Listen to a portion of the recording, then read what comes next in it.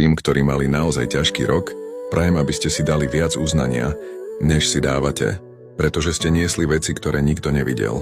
Držali ste sa pokope v dňoch, ktoré od vás chceli viac, než ste mali, a pokračovali ste ďalej aj vtedy, keď stať na mieste by bolo jednoduchšie. Stratili ste kúsky svojho starého života, ľudí, o ktorých ste si mysleli, že zostanú, plány, o ktorých ste boli presvedčení, že výjdu, a predsa ste nejako pokračovali.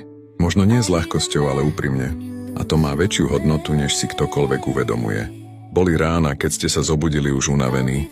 Noci, keď ste sa snažili utíšiť vlastné myšlienky.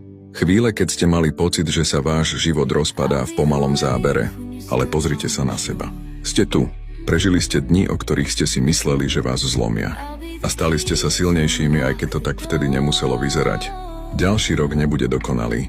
Život nikdy nie je. Ale je to ďalšia šanca. A možno práve to stačí. Vstúpiť do novej kapitoly silnejší než pred rokom a stále ochotný skúsiť to znova. Ak vás tento rok zmenil, poďte ďalej. Ten ďalší budeme zvládať spolu.